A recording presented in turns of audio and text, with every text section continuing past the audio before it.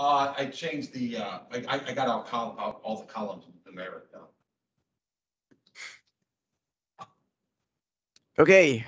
Hello, everyone. Thank you for joining me. This is the last meeting for 2021. We actually made it. I don't think we skipped any of the meeting this year, which is a great achievement. It's not easy to schedule, and it's not easy to have everything done on time. It takes a lot of resources from my end. But I'm happy that we managed to do that, and thank you for joining me. This is recorded. I'm going to upload that to YouTube. So what's on the agenda today? So before the agenda, just the regular stuff. If you're new, is anyone here new? I think this might be my first meeting here. Say you. Who's you? Oh, that would be Jamie Rios, the person from Arizona. Oh, okay. So welcome. We have a specific kind of style. Hopefully you're gonna like it. I'm trying to make it kind of interesting, not single topic, but kind of all kinds of things that I learned, or maybe thought that it's a good idea to present to the group in the past month. So so welcome. Anyone else new to the group? First time? No? Okay. So if you are planning to join me and have a presentation, by all means, feel free to contact me. I'm more than happy to walk with you, and everything works. 10 minutes, 20 minutes, 45, 2 hours, whatever you. And the way I come up with topics is basically I read stuff on the web, and it provides me ideas that, okay, this is interesting, and I read Stackoverflow, and this might be something that we can share. And it's basically everything that we can all learn, and I'm learning every day, every time I read something, read opinions, read blogs, read books, I learn stuff that I want to share. And if you feel the same and you have something in your daily job, or maybe something that you read that you can share, that would be cool. Obviously, we don't want you to share something that is proprietary, and also you just strip everything and make it just C++ pure, like pure C++, nothing else. That works very well. Okay. So what do we have today? What did I plan? We have a C++ quiz. I have actually a bunch of things that I collected. Let's do it 3, and because I think we have enough things on our plate for today. So you see, there's maybe 10, almost 10 questions that I thought would be interesting to learn from. There is a Stack Overflow question and discussion, a couple books from a person named Fedor that I know from long time ago, meeting him in all kinds of conferences. So there are 2 books that I want to present. There's one leetcode problem and solution using Std C++ algorithms, some Wallet Fox slides, and the talk that I have, which I'll allocate about an hour, maybe 45 minutes. So I'll see. Let's try to shoot for 6 p.m. to get this 45 minutes, no later than 6, so we can make it happen. This is sponsored by Qualcomm wireless R&D software, which is sponsoring the meetup fees. So thank you, Qualcomm, for doing that.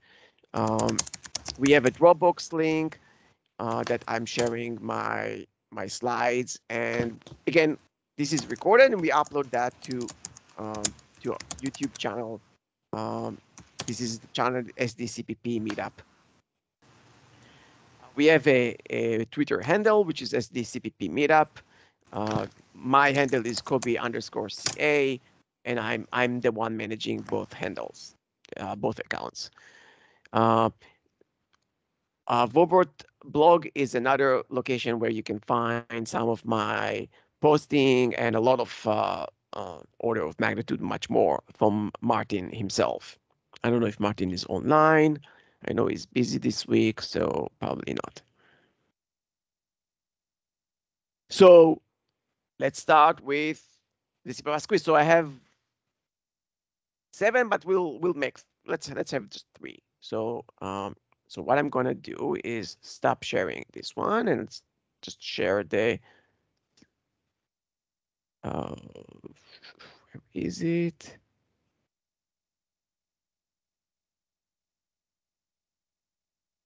Okay. So I'm going to share this one.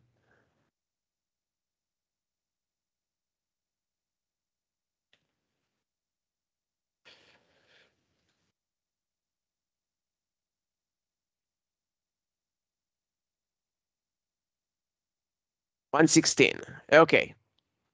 So if you're new to this is a CPP quiz that a specific person is managing. All the quiz questions are in a GitHub, and there is a front end for that. And from time to time, there is a new question, and if it's interesting, and interesting by saying interesting, something that we can learn. There's multiple levels. So from very simple to much more kind of involved and kind of on the expert side. So so here's the first one. And the options is there are 4 options. Either we have something guaranteed to provide output, compilation error, undefined or unspecified, or implementation defined. Okay, so we have 3 functions, function templates, and we have 2 functions. One is accepting as a parameter a reference to int, and another one is an R value reference to an integer, and they return different values in integer. And we have 3 function templates on the template parameter t, and they have what we call forwarding, or what used to be universal reference. It's a forwarding reference. So one is returning y of x, one is returning y of move of x, and then the other one is a forwarding of t of x. So I is 10, and then there is fi, and then f20. So what do you think would happen? So which function is invoked here, and which function is invoked here? And you can just shout. And the idea is that when we do fi, which of these would be invoked?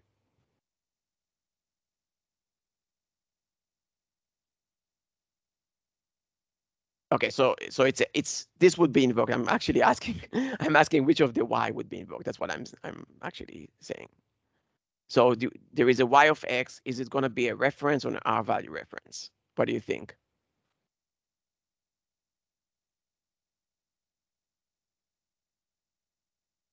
Take a guess. Reference? It's a reference. So the first one. So it's going to be 1. That's correct. Okay. What about the f20?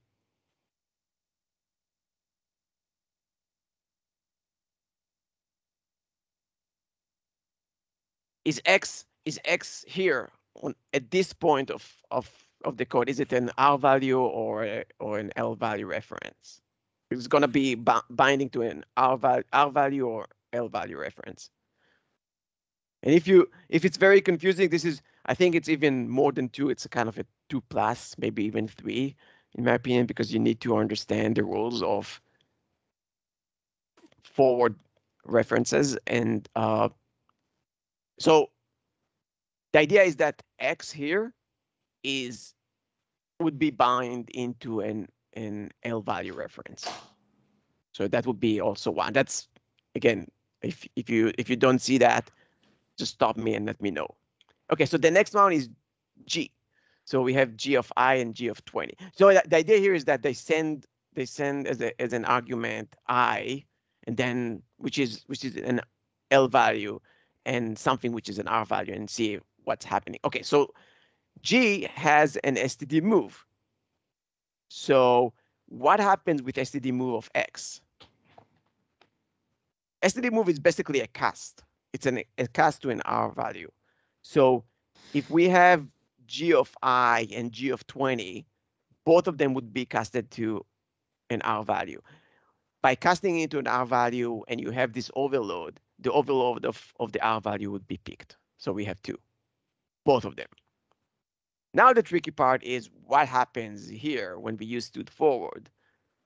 And stood forward is basically the one that makes the magic of maintaining the type. Okay, so H of I would be forwarded as the same type. So I is an L value, so should be forwarded as an L value, which means it is going to be 1. The second one is an R value. It's going to be forwarded as an R value, and since we have an overload of an R value, it's going to be bound into.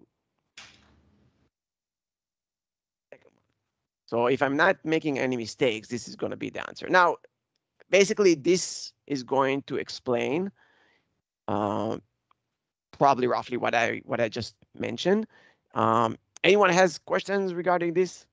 It's not super straightforward, I know, but it's a very I thought it's a very good question that gives you at least give you a health check about your understanding of forward reference and what happens when you're not doing anything. You cast it to an R value and then you forward that as T, which T is the template parameter. There is a great chapter, one of the first chapters in Modern C++ book of Scott Myers, just the last one that he had before he retired from C++, that I definitely recommend people to look at. Okay, the next one will be 119.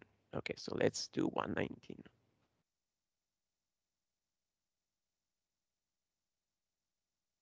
Okay, so what is the output of this program?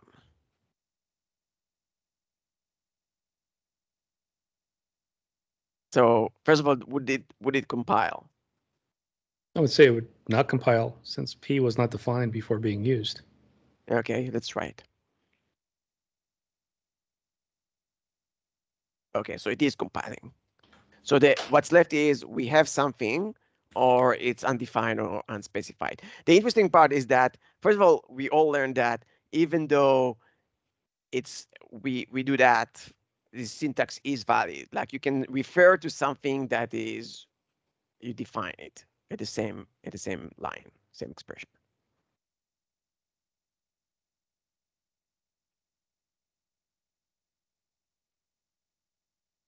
So if it is defined and we cast it to bool, so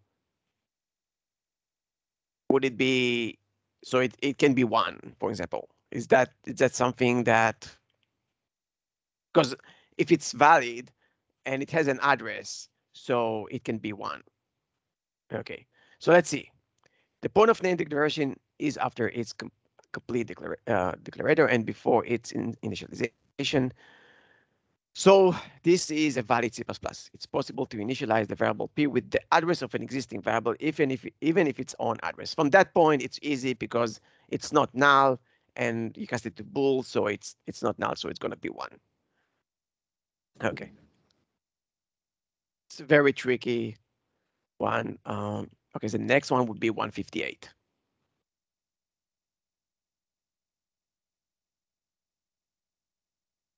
Okay, an easy one, just according to the green thing here.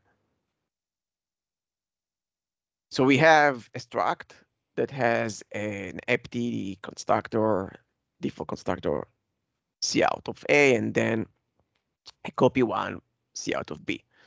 So what happens here?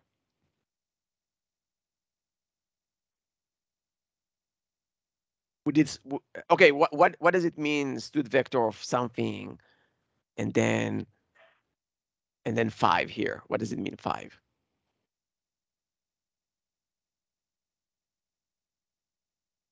Okay, stud vector.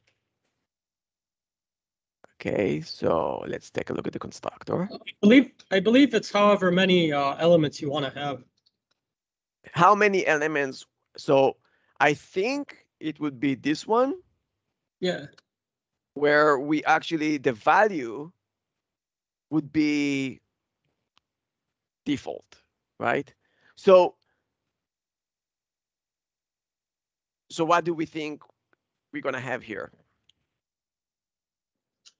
I mean, I would assume it's just 5 A's. 5 A's. Yes. So it's 5 A's. So actually it takes this one, which is the account with allocation. So this one. And I don't know why. Oh, this is until CPP 11. This is why. So this is since 14. So see, until 11, it was like this one. So that would be, but since 11, there is no default default parameter to value. So this would not work because we don't have anything assigned to value. So this is the one. And 4 means construct container with default inserted intersets of t. No copies are made. Okay, good. Let's go to the next thing. So we're done, basically done with, don't worry, we're done with quiz. No, I have others. The other ones are there. Some of them are really, really funky. But it's interesting. It just tells me how complex and complicated it is. Okay. That first one is good because it kind of shows you how to use move or what move and yes, forward, yes. right? That the one of the things, yeah, I agree, James. One of the things that I liked in the first one is when I first learned about move or R value reference, you need to understand that inside, even if I pass an R value reference inside the function, when I get this argument, so I have a parameter of an R value. This is an L value. Like inside the function, it is an L value. If you want to maintain the type, you either cast it, if you want to cast it. So stud move would cast it, or you want to stud forward that and then call to another function and you maintain the type. Of course, this is in case of templates. So so it's a bit kind of a subtleties, but it's very important to understand. And the more you use it, the more you can learn about it. So one of my favorite container, or maybe addition to the standard, is studspan. Hopefully people are using it if they can. If you don't have a way to access 20, you can definitely use something that is available online and has the right permissions to use it in your company or maybe in your toy project. But it's a very useful, span is a very useful, because what I like in span versus non-span is just instead of having different parameter in a function that has a pointer and maybe a length, we have something that encapsulates both of them, which I really like. So there was a nice question about how can stud vector be converted into span? So you have, let's say you have a vector and they're using cdad here. So this is template argument detection that I don't need to specify that this is an integer. Let me see if I can. Okay, and then there is a span that is initialized by vector, and there is another span that is initialized by the data and size. So this is easy, and this is just stud equal. But the question was, how can I take a vector and like which of the overloads. So we have 9 here, right? We have 9 overloads of the constructor. We like which one would be? So anyone want to guess which one is the one that actually takes a vector and and turn it into a span? So vector is a range, is a valued range. So it would be 7. It would be 7 because it is a valid range and it binds to 7. So basically dynamic extend is a tag that says it's either a static or a dynamic extensor, but using the same word. And max is basically the same as -1. It's a size. So if you look at the requirements of having range, vector is meeting that, and basically this is the constructor that is being used. One of the things that I noticed, and I just didn't realize that until recently because I usually used a different approach, is that you see how in explicit they're using this extend not equal of dynamic extend.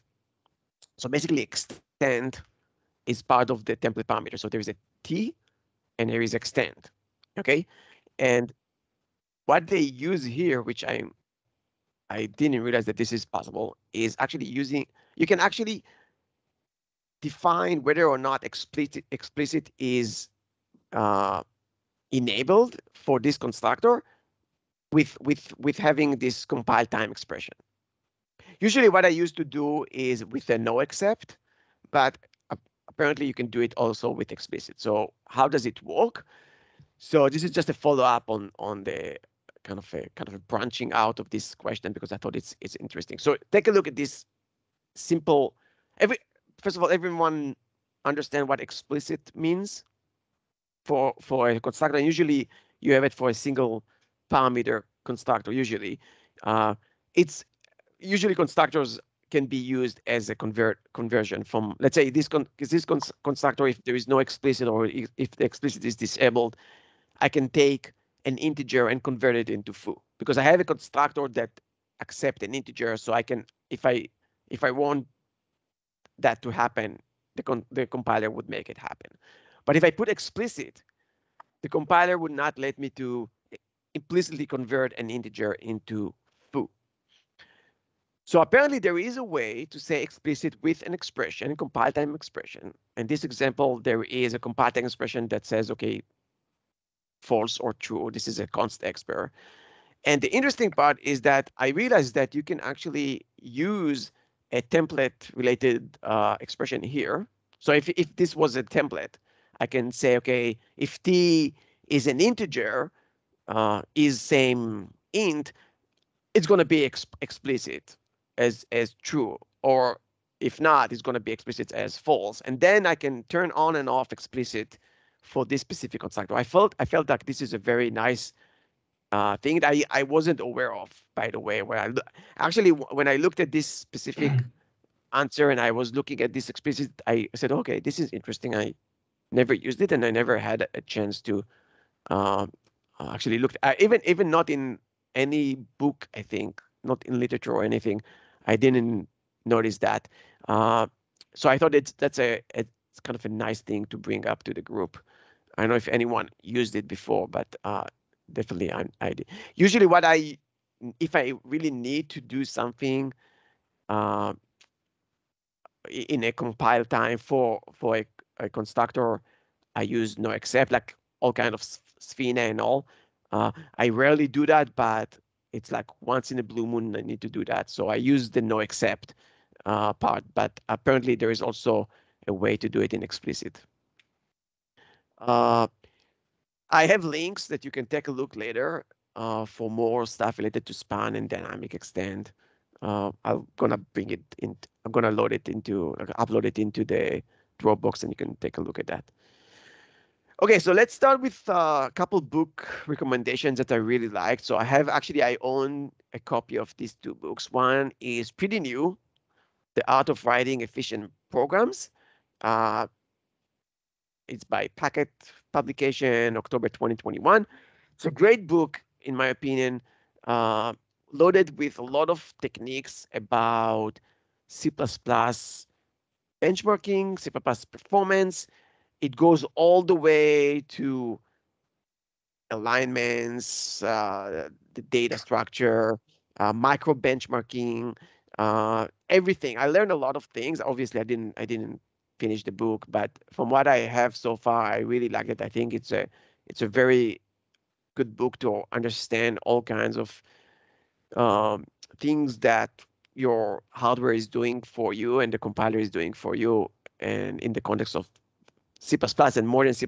So if you have a chance to look at it, I recommend looking at this book.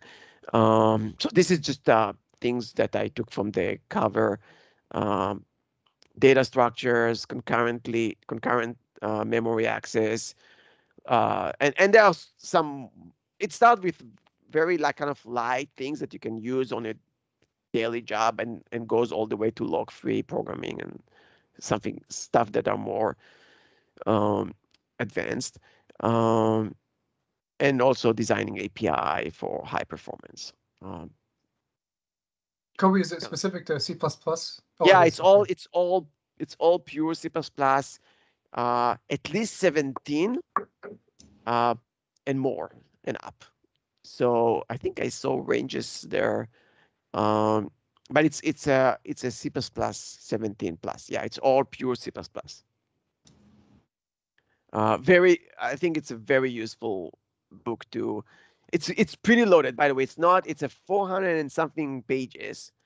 Yeah, and it's pretty loaded. It's not something that you read before sleeping, or if you want to, because it's really heavy. Like there are some stuff that you really need to digest. The first chapter or two explain how to benchmark, what are the tools, how to use performance tools. So it's pretty thorough. So highly recommended. And again, I know Fedor from at least 2008, meeting him in CPP and beyond, and the software architecture, what used to be BoostCon, and become kind of software architecture related in Santa Clara. So I met him, and of course CPPCon. So yeah, and I think he has few talks. The second book that he has is Hands-on Design Pattern with C++, and again, it's not an easy book. It's a 500, and it's very thorough. Lots of design patterns. It's all about C++. 2019 has a lot of more than C++. I think 17 is there. So again, very kind of a handy book. Not easy to read. There's a lot. Like I looked at the visitor chapter, and it's loaded. Like it's loaded, and it has C++ 17.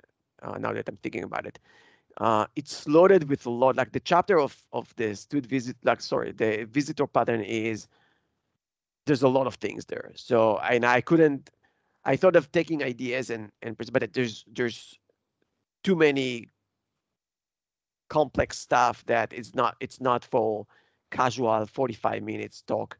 But it's really good to kind of take it and slowly digest that. Lots of items and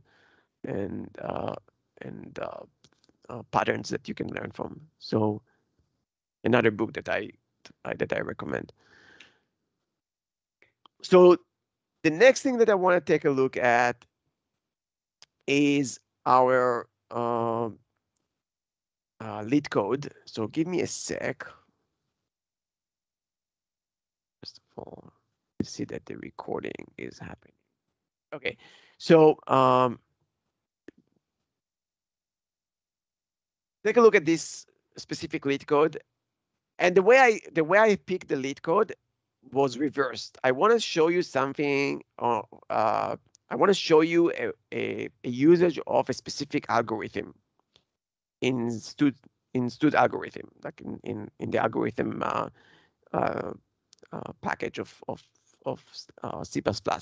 And then I went backwards. So I was looking for a lead code that can be used to implement to use this algorithm, just to show you how it can be useful. So I'm going to show at least 4 variants of this algorithm, of this like solution for that, but there is one that I was actually shooting for, would be the last one. Okay, so how many numbers are smaller than the current number? So you have numbers, and you need. Do you see my cursor? And you see, hopefully it's not too small. So you have. There are some restrictions. The length of so you have an array. The length of the array would be at least 2, all the way to 500, including 500. And the numbers that populated in the array are between 0 to 100. This is the last thing here. This is the constraints here. So here's an example. You have 8, 1, 2, 2, so numbers can repeat. 3. So there are 4 numbers that are smaller than 8, right? There are 0 numbers that are smaller than 1. There is only 1 number that is smaller than 2, and same idea for the second 2. And there are 3 numbers, because 1, 2, and 2 are smaller than 3.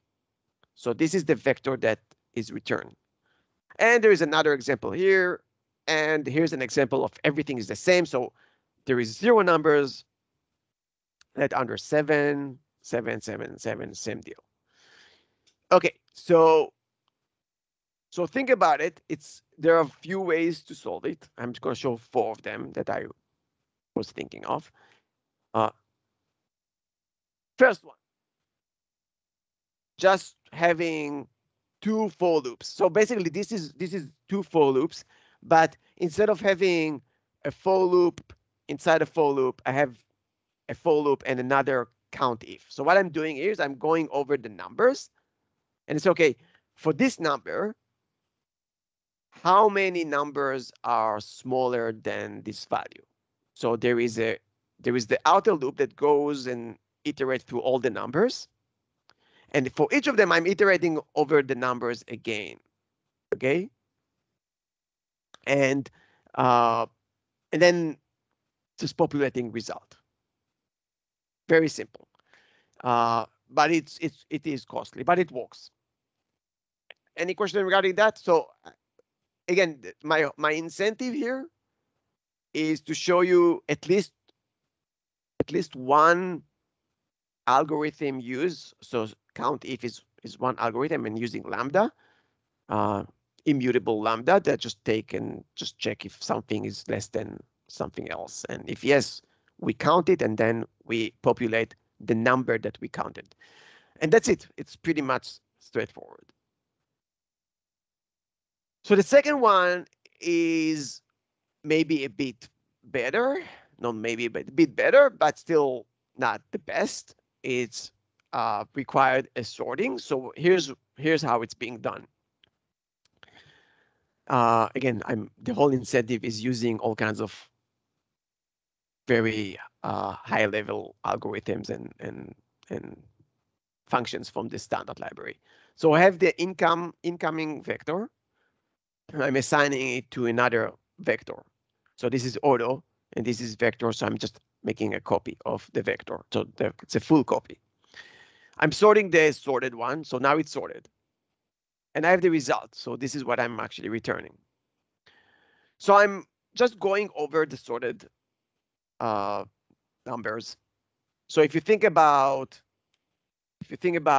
this one, so I have 1, 2, 2, 3, 8. That would be the sorted vector. Okay. So looking at the sorted, I'm actually looking at the lower bound of each number.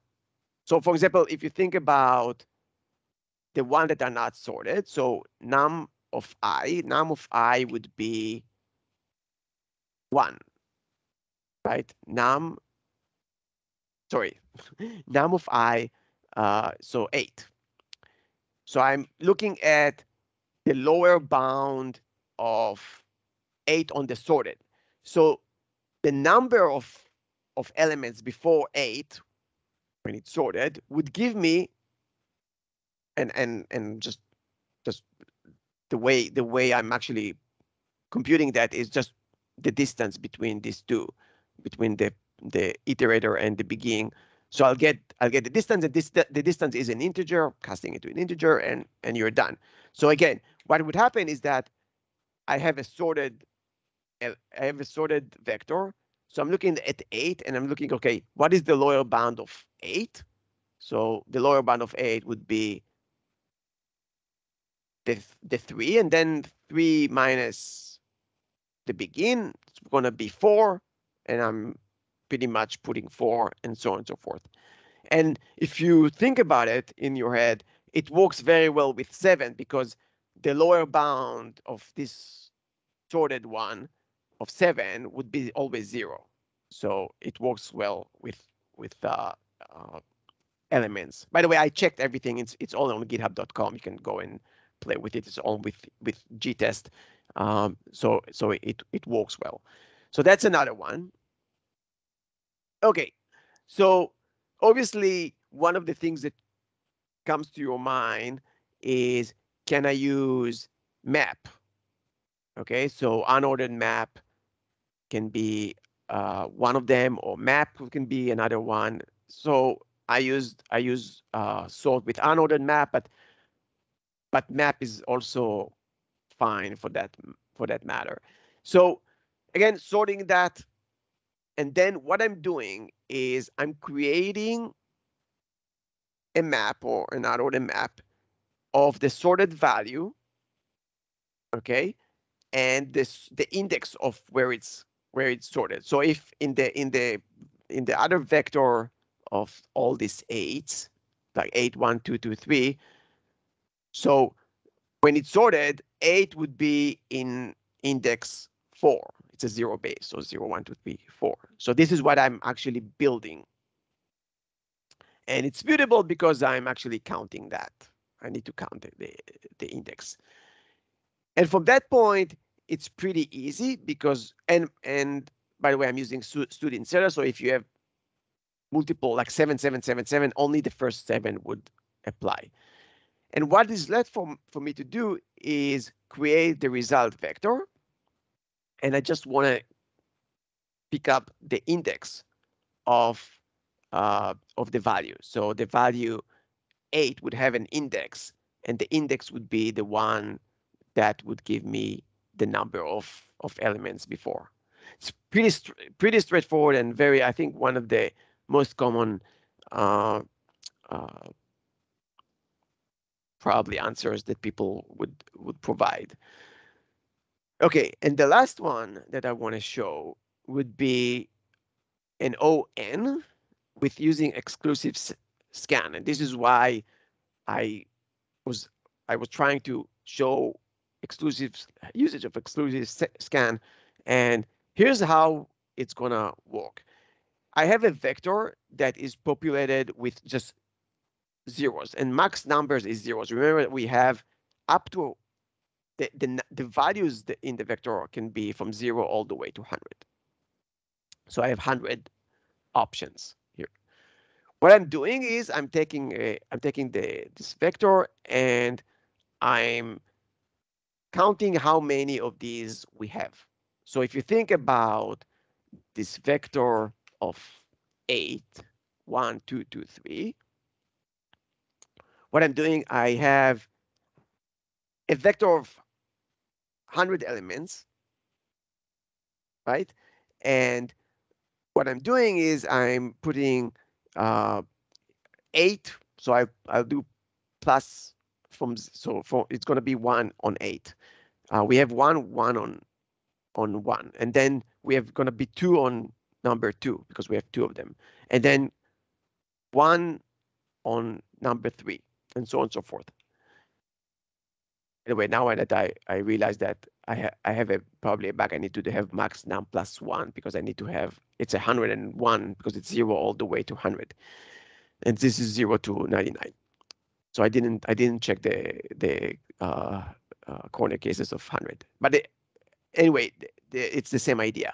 And then what I'm doing is I'm counting how many, how many values, not how many, but what is the sum of the values. I'm using exclusive scan because I don't want to count the actual index.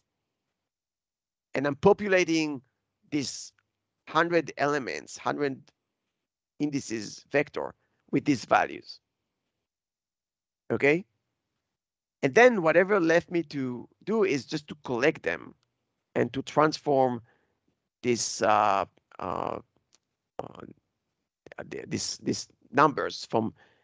So I'm taking nums, which is this vector, the input vector, and populating result, and just looking at the number itself. So if I go to 8, 8 would have the exclusive scan of everything before 8. So it would have 4, the number 4, sitting on 8, and so on and so forth. Because it's exclusive, it doesn't count the 8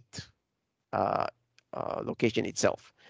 If you think about it, this is a very elegant, and it's just O of n, because it's not doing any n log. It doesn't do sorting. It doesn't do anything like this. It just few passes on the array. So so that's what I wanted to show you. Exclusive scan. Is there any question? And by the way, everything is, you can clone my repo and you can take a look at the solutions. I'm just gonna fix this max num +1. Okay. So Wallet Fox. So Wallet Fox, again, it's a I think it's either a person or a company. I think in Switzerland, if I'm not mistaken, and they have a lot of very nice slides on their web, which I think we can learn a lot from. And also, I'm suggesting you take a look at the ranges booklet and reference guide. I think it's very useful. Okay, so how do we do with time? Okay, we have time. Okay. So the first slide from Wallet Fox is a const expert in const functions in C++ 11, 14, 17. This is something that I wasn't aware of, but in C++ 11, when you have a const expert function, it's also implicitly a const function, and a const function is reading like this. So this is basically so this would not compile because we're modifying x, even though it's not marked as const, it is implicitly const. C++ 14.17 made a change where if you want that to be a const function, you need to mark it as const. Something that I wasn't aware of. So this is a change in 14.17. The next one is related to stud move. So take a look at the left hand side. You have a vector and you have an A, and you want to in place something, and you have stud move. Your A is a struct that has a default constructor, and it has both a copy and a move constructor. When you do stud move, you basically take your value and you cast it into an R value. So casting it to an R value would bind it to a non-const R value, which is this one. If you happen to have const of A and you try to cast it, it would be a const R value, and a const R value cannot bind into a non-const R value, but it can definitely bind to a const L value reference. Would gladly do that. That's something that you can, you know it, because if you return a const reference, a const R value, let's say a temporary, which is a const, and you pass it to a copy constructor, the copy constructor will take it without an issue. But to bind it to a move constructor, it cannot be const. So one of the takeaway that I'm seeing a lot in code reviews is that people use const, let's say const of stud string, and they try to stud move it by trying to say, okay, it's a tempo. Maybe the origin is a temporary, but it's now it's a const because they pass it as a const because this is the parameter of the function, and they do stud move and they hope that it's going to be moved. Let's say there is no SSO, there is no small string optimization. It's not going to work because if it's a const, stud move would have a constant R value reference, and it's not going to bind to a move constructor. And I see it a lot, either as a return value that people return a const temporary, a const R value, and they think it's going to work well with an R value reference. It's not going to work. It's going to bind to a const L value, which makes a copy in some sense. Okay, some things to be aware of string literals. Let's start with the easy stuff. Hello, it's basically a const character of 6. Why?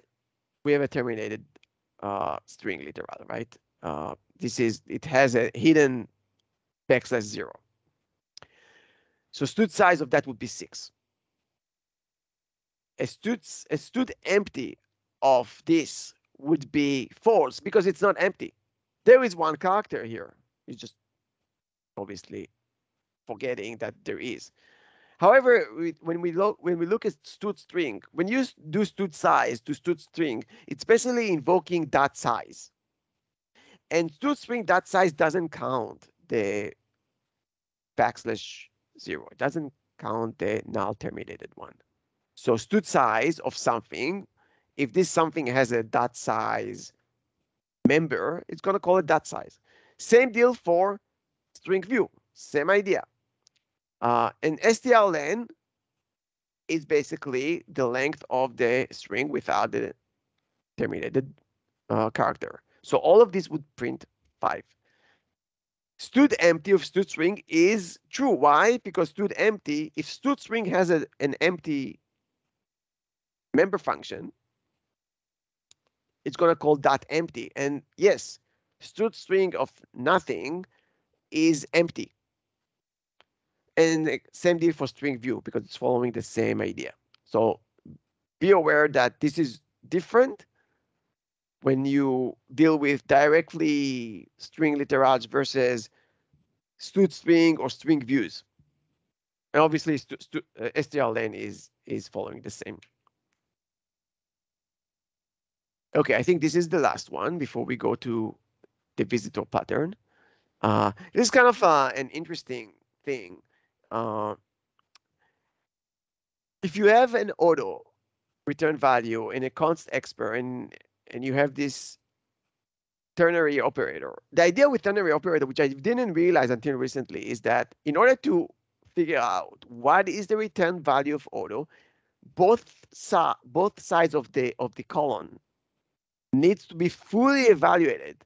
So we have the common type deduced and be replaced instead of auto, because we need to figure, when say we, it's the compiler needs to figure out what is the auto, what would be the type instead of auto, right?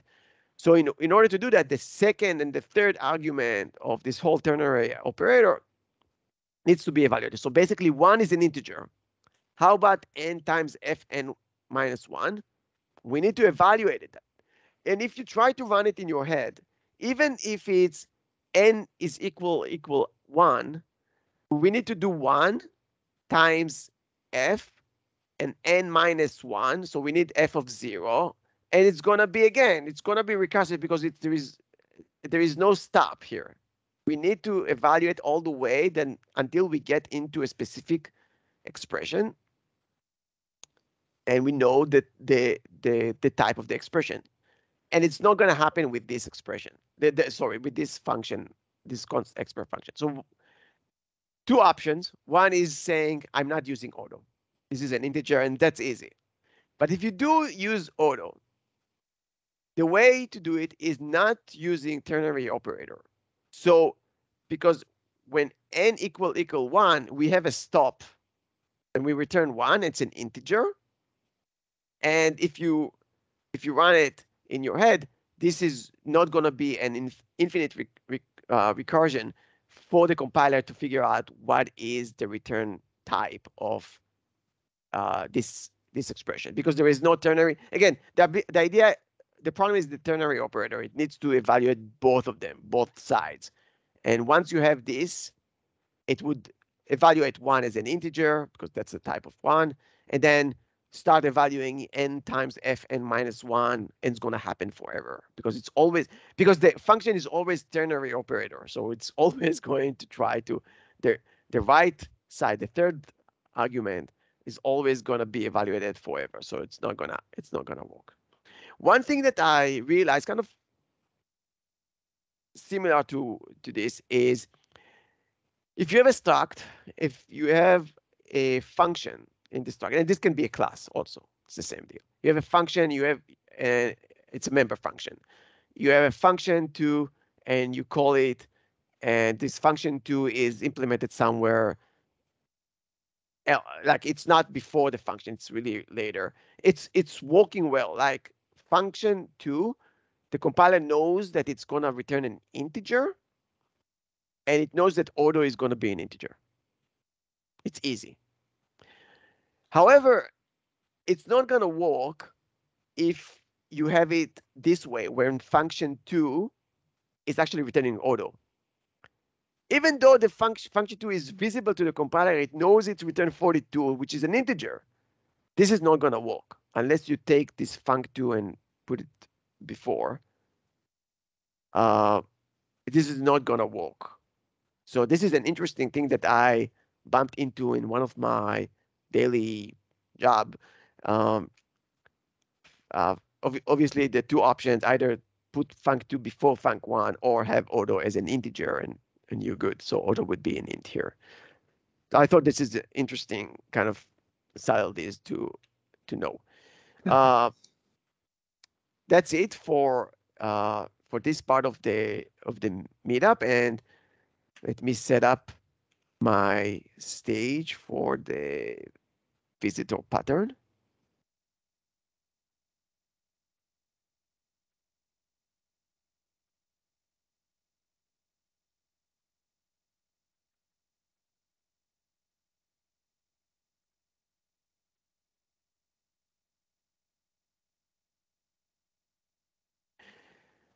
So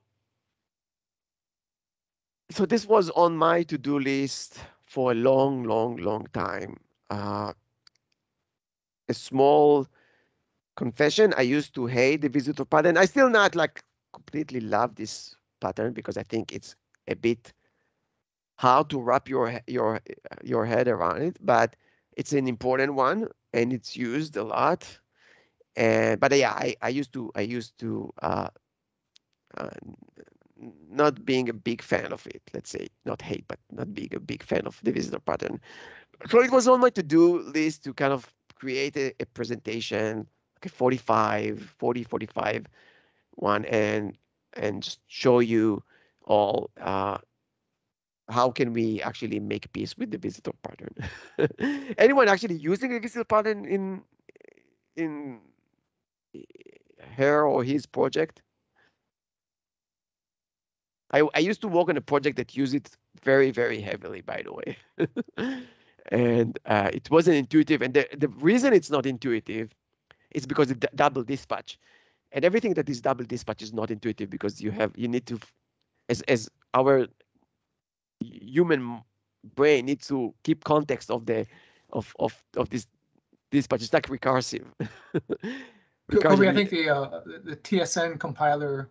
The TSN compiler. Heavy use of it, right? Yes. So the TSN compiler. Yes. Thank you for mentioning that. So the TSN compiler is heavily using it, and I noticed that in 2006. Yeah. What would the TSN compiler be? It's a compiler that takes definitions. Think about serialization and deserialization. So you have a definitions. You know what protobuf is? Yeah. it's basically like a protobuf. Like think about any serialization and deserialization framework that you have a definition. I want that to be this. I want this field to be this size. I want that, and you have nesting and all kinds. So basically, this is the it's the same. So yeah, James, I noticed that in 2006, by the way, when I worked with this framework. But there's another framework that I'm familiar with that is using it pretty heavily. So I'm going to make kind of demystify it. Yeah. I believe it's also heavily used in collision systems. A lot of games just for detecting collision between different game objects. Yeah, I bet it is. And Yeah. let's yeah.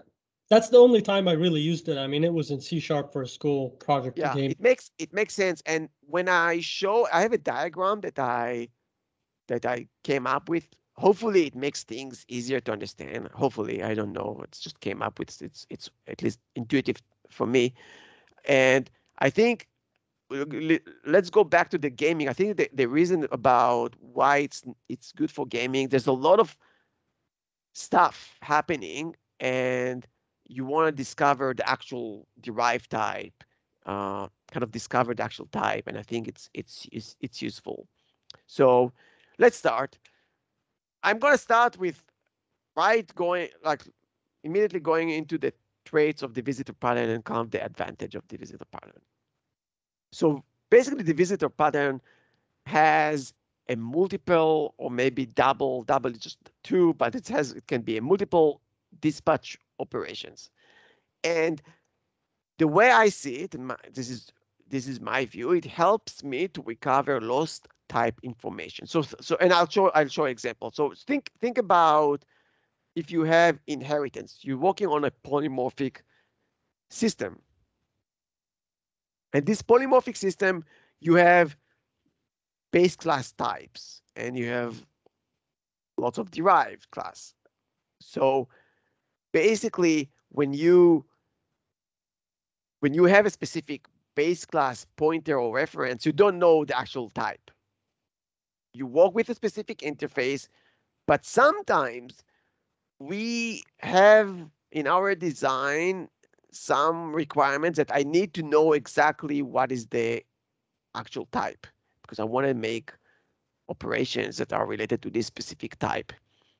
And there are multiple ways to do it. And by the way, please take a look at my towards the end of the slide deck that you'll have it in Dropbox. There are very good links about not using dynamic cast and using visitor like patterns instead. There's a very good article, a few years old, but I really like this article, so I recommend you reading about it. So let's say we want to recover or know the type information, and we don't have either RTTI is not enabled, or maybe it's expensive, and we can't use it. But we have a requirement to know the derived type. So the advantage of the visitor pattern is basically it's first of all, it helps us to recover this lost information, but it's also at some sense, when everything is stable, it somehow easier. I'm not saying it's like very, very easy, but it's somehow easier to add more interfaces. So it has this O of solid, this open close principle, that it's easier to add to extend it, but not really modify implementation. So everything is pretty much left is solid. And I'll show you examples of a visitor pattern. You can understand how to do that. And the idea behind it, the whole thing is you have a single virtual accept function, and then you can host multiple kind of concrete instances, and then using the accept, you just pass various visitors that you added to the system, and it's going to work. It's just going to work as is. Okay. So let's see what happened before the visitor pattern. So I have some class, and in this example, two functions, two virtual functions. One is API func1, and they are pure. It doesn't have to be pure, but they are pure in this case. And I have two concrete implementation. One is behavior 1 and one is behavior 2. So two concrete of some class, and both of them implementing two API functions. And this is simple. This is the most straightforward one-on-one OOP in your C++ vocabulary. Like, it's very simple, right? You have a very simple polymorphic example. So how do I use it? Let's say I have an array, a container, it really doesn't matter. I have a unique pointer of some class, and then I just create pointers. Obviously it works. Polymorphism works with references as well, but it's pretty simple. I don't really, in this example, I don't need to know what I'm holding, but I know that what I'm holding has interface like API func1, API func2, and I can invoke it. So I have specific behavior 1, specific behavior 2. I have 4 of these in some order. It doesn't really matter. I can iterate, and this is classic polymorphism that we all know. This is the purest polymorphism, and this is the class hierarchy. So if you think about how it's gonna look like, and I use diagrams.net to draw these diagrams. I found it very useful. It's an online service. It's a free online service, at least free for what I needed to do. And this is what we have. Some class has two functions, virtual function, and we have two concrete. And what happened is when I hold a specific instance, but I'm holding the base class, and I'm calling API func1, what is happening? There is a dispatch the compiler is doing for us that goes into the actual function on the derived class. It's pretty straightforward. So far so good, right? This is pretty simple. Let's dive into the visitor pattern. So the visitor pattern has some changes. The way I see it, it's kind of having things inside out or reverse, or it's kind of decomposition of the interfaces that we've seen before. Okay, so I still have some class. I still have specific behavior 1 and specific behavior 2, but I don't have the APIs. I don't have the APIs. The APIs are now separated from the main hierarchy. So the main hierarchy is this hierarchy, but I don't have API functions in this hierarchy anymore. I do have the specific concrete classes inherited from some class that has a virtual function accept that has a visitor pointer. And this is, one second.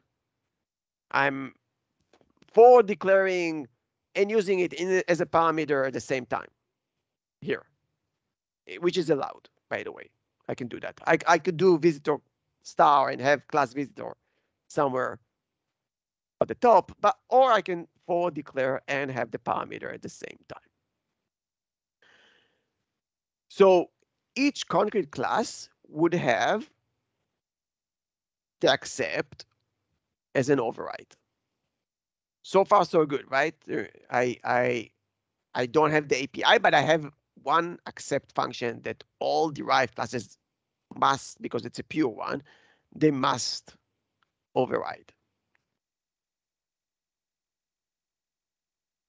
Now I'm introducing another hierarchy. It's a different hierarchy. So and I have a class diagram, so you see it more visually.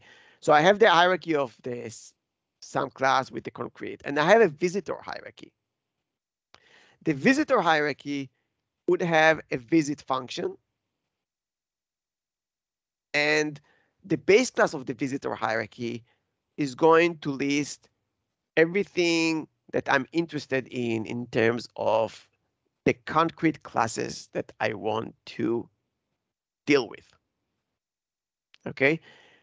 If I want to have a catch-all, like a template non-virtual function, which I'm not showing here, I can do it as well. It's going to work. It's not going to be virtual, but if I have, okay, I have everything that else is going to be falling back to this template function, and it's going to work. That's fine. I'm not showing it here, but it's an option.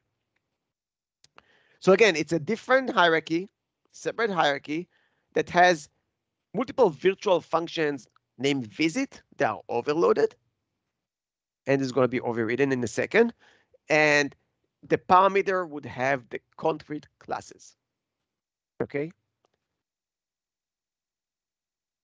So if you remember, this was the before. This was the classic inheritance. Now what I have is on the visitor hierarchy, I have the API function as a class, as a first citizen class. So I have API function 1, I have API function 2. And for each of them, I'm implementing visit for a specific concrete class of the either hierarchy, the hierarchy of the sum class and the specific behavior. So I'm going to show in a second the two hierarchies, but basically we would end up with two hierarchies. One with some class having just accept a visitor, which is a pointer to a base of visitor, and then another hierarchy of a visitor, visit functions, virtual functions with the concrete as a parameters, and then the API itself would be implementation of the visitors.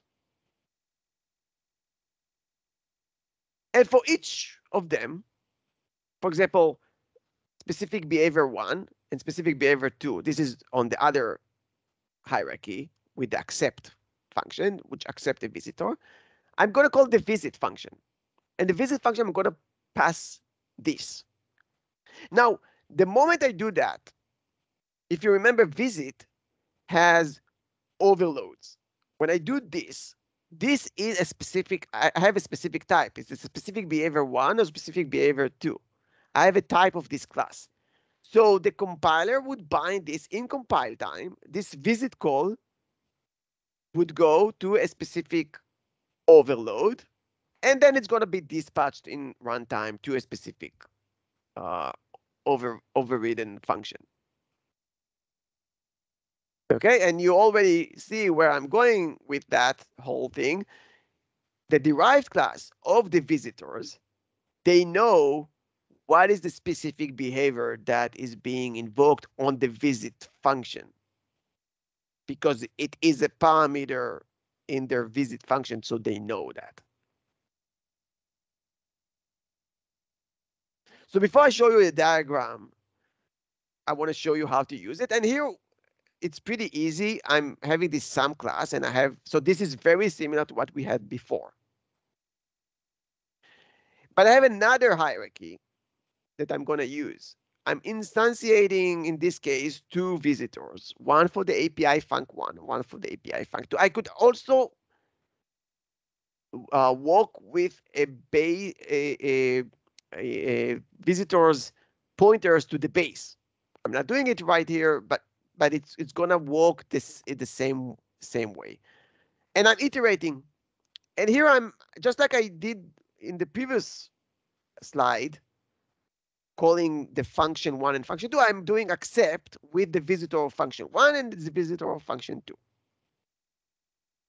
Okay, so let's see what happens. So we have these two different hierarchies.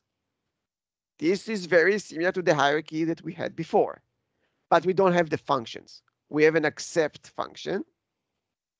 We don't have the API. We have an accept function and as visitor, a pointer to some base class.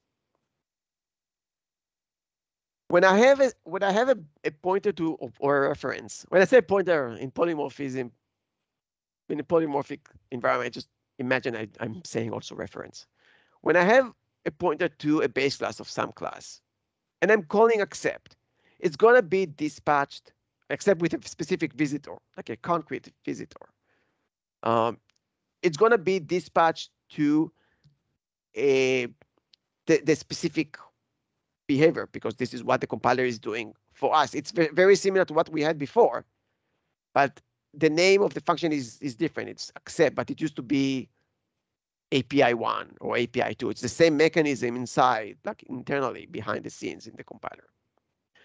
Inside the accept, if you remember, we take the visitor and we call visit with this. And in this case, this is specific behavior 1. So we call visit with a specific behavior 1 that is going to dispatch it to the API function 1 visitor. Now, inside of visit, in this function, I know two things. First of all, I'm an API func1. I know that because I'm inside API func1 visitor. But I also know that specific behavior 1 is the class that was requesting to invoke this API. So I know that this is I'm holding a specific behavior 1 that I can now do a lot of things. I have a lot of knowledge. I know that. So if there are all kinds of functions here that are not non-virtual, when I'm inside visit, I have a lot of power to start working on specific behavior 1 as if, not as if, but I have this pointer to this concrete class. I can do whatever I want. So what does it mean? It means that from holding some class, a pointer to some class, eventually there is a few chain calls, the few calls that are chained, and at the end, we have knowledge about who is the concrete class.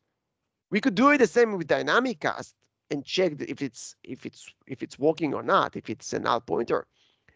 But this is done without this dynamic cast functionality. It's a different mechanism. So the advantage of this double dispatch is where I'm inside API func1 visitor. When I'm inside here, inside the visit function, and I have SP1, specific behavior 1, I can call do something. I can call a function because I now have the full visibility of the type, and I can do all kinds of stuff. I can basically call a function that is not part of the hierarchy. It's not part of the virtual hierarchy anymore. But I can still do it in the context of some polymorphic.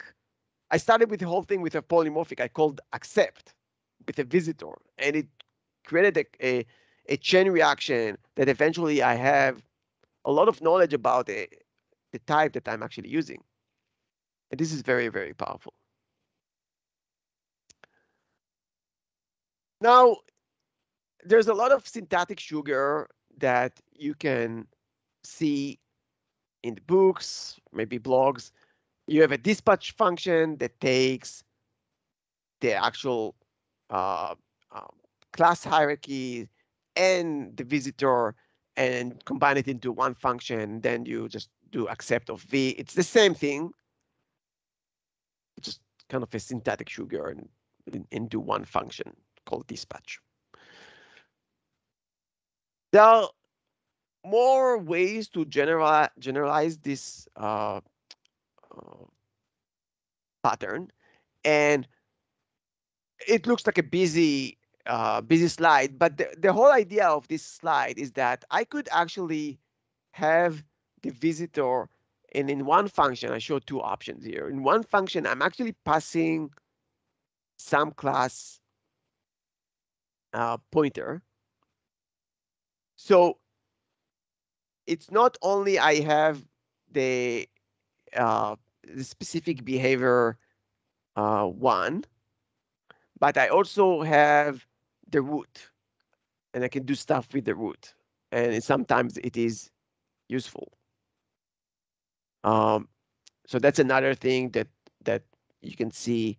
It's basically a way to pass more information into the visit function. And when we do accept, we pass the vector of, the visitor. And I can also pass the actual p.get. And specific behavior in the accept can do things with it. It's another option. Here it's just doing visit of this. This is the regular stuff, but also SC.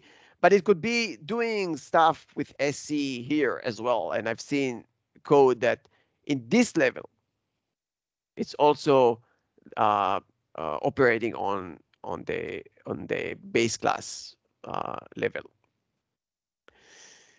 So that's another thing that you can see. Okay, so the disadvantage of the visitor pattern are probably very you probably can guessing. So one of them is the double dispatch is more CPU time and all, but you need to measure if it's really hurting your performance. It depends, like everything else in life. And maybe the alternative is less readable. Maybe the alternative is costing you more. Another thing that I noticed is people don't recommend using it if the API is not completely nailed down. Because think about the API itself is the concrete classes of the visitors. So if you start changing the visitors, it's going to be a big mess because you change the API, you need to change the visitors, and it might be a lot of churn. It's really useful when the API is pretty stable. And obviously, if you have a framework that is using the visitor pattern and it allows you to add visitors concrete classes, that's a huge advantage. So I can't really conclude the whole thing without talking about stud visit, which is something that you can find in CPP 17. I have a few slides on that because I thought it's really kind of it fits well, and also we can learn more stuff related to variant and stud visit. So let's, if you're already familiar with that, it's going to be very easy for you to understand. If not, just bear with me. It's a bit convoluted, but eventually easy to understand. So here's the type def of stud variant. So stud variant, it's basically, think about a union.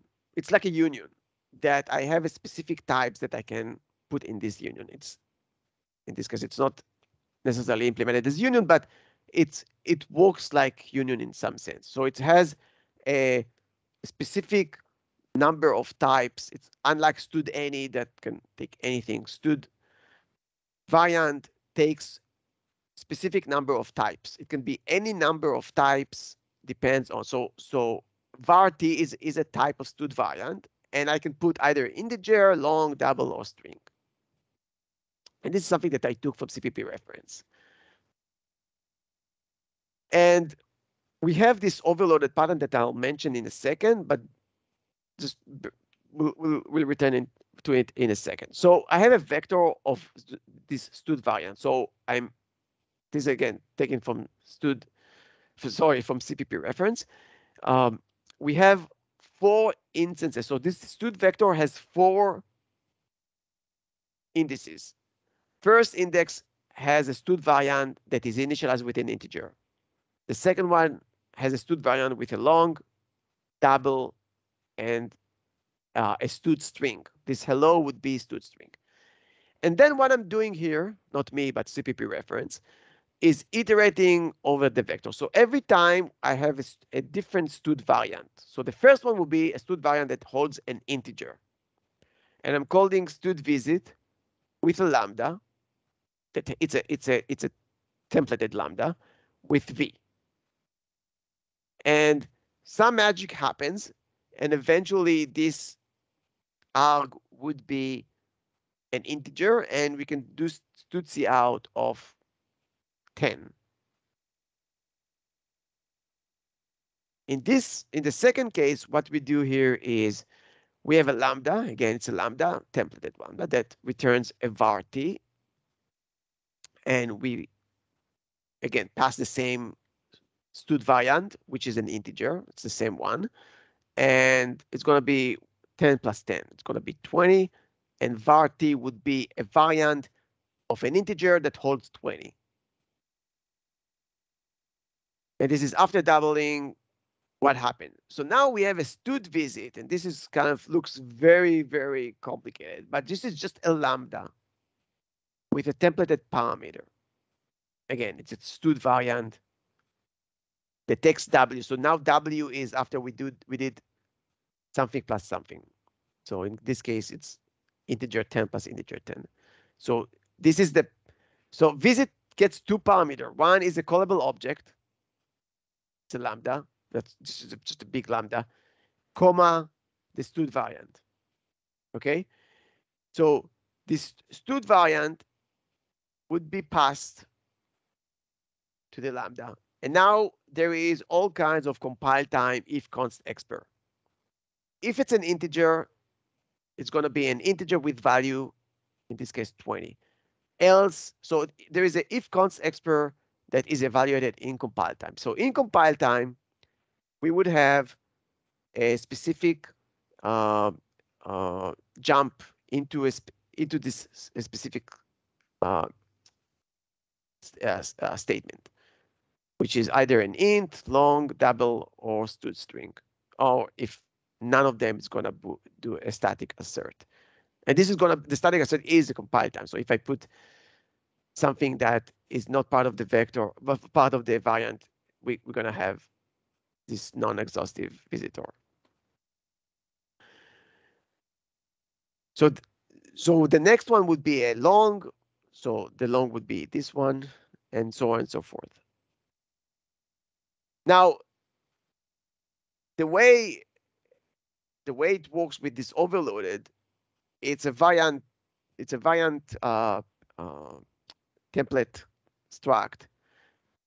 Variadic template struct that takes multiple numbers of something, TS, and TS just happened to be a lambda that we pass here. So we basically take this struct and initialize the constructor with multiple lambdas, and we inherit from all of them, and we just by inheriting them and using this keyword, we're bringing all the callable operator parentheses into the overloaded class. Okay, this is the deduction guide. Just ignore it. It just help us to reach that. And then same deal. We iterate over the vector of stud variant, have this overloaded kind of a helper struct, and the second parameter. So the first one is a callable object, and overload is a callable object because we have 3 lambdas internally, and we have the v, which is a stud variant that takes from the vector. So if this is really new to you, you haven't seen stud visit before and haven't used stud variant, don't worry. You just need to digest that. What I suggest you do, there is few reading recommendation that I suggest, and just take a look at the links from the slide deck. So first link, which I really like, is store pre-implemented the virtual table and start using double dispatch. So instead of using if dynamic cast A, do A, if a dynamic cast of B, do B, and so on and so forth. Instead, use dynamic dispatch, and basically the visitor pattern is a double dispatch. Second one is stud visit and stud variant. Another good short technical blog about what I just explained about stud variant. So take a look at that. just convince yourself that you understand that. And the last one from CPP Stories, which I generally recommend following because it has a lot of good articles that helps understand all kinds of either basic or more intermediate and expert related topics. It has a student visit and student variant. It starts slow, but it has more advanced with multiple variants, which is also a nice addition. 4 years ago, exactly in December 2017, I was working on a monthly C++, which was internally in Qualcomm. And I bumped into this stud visit and stud variant. And I was looking at it and I was like, what the heck is happening here? And back then, Marshall used to work with me in the same building. I called him and said, hey, Marshall, I need some help to understand something. I said, okay. I showed up in his office and I said, look, what is happening here? And he said, look, it's complicated. There is a lot of templates happening here behind the scenes because auto is a template. And this whole if const expert is happening in compile time. And I said, okay, I need to understand what's happening here. And I wrote a Stack Overflow question, and you can take a look at the Stack Overflow question. It was last December 2017. And there is an answer here. And it's basically, it says here, it's metaprogramming trick, and it's just the tip of the iceberg. There's a lot of type erasure, which is another good topic maybe to pick up for some future meetups. There's a lot of type erasure happening here to actually invoke the functions, the function pointers, that is. So take a look at this Stack Overflow, and it helps to understand, like at least the answer helps to understand more about the mechanism behind it. And type erasure is the key behind the whole thing. Okay, so that's what I had for today. Hopefully you are less intimidated by the visitor pattern. Understand, just remember this diagram. I think the takeaway is just remember this diagram, that we decompose this into 2 different hierarchies and basically have just accept of a visitor and have a visitor which implements the actual API. And hopefully this image would help you to understand. Okay, that's what I had for today. Thank you for sticking in for more few minutes. It's 6:30. Thanks, Kobe. So your slides are available then? Yeah, it's in the Dropbox. In the meetup header, if you go to the meetup page, in the header there are links. If obviously if you can't access it and all, please let me know so I can fix it. At least if it's a permission thing and all.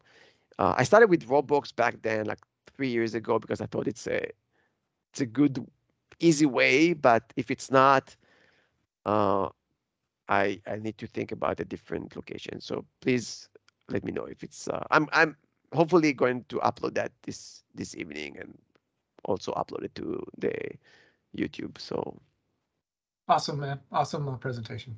Thank you, James. Thank you, everyone. Have a good rest of your day and happy holidays. See you next year. Yeah, you still can. Have happy holidays. Happy holidays. Yeah.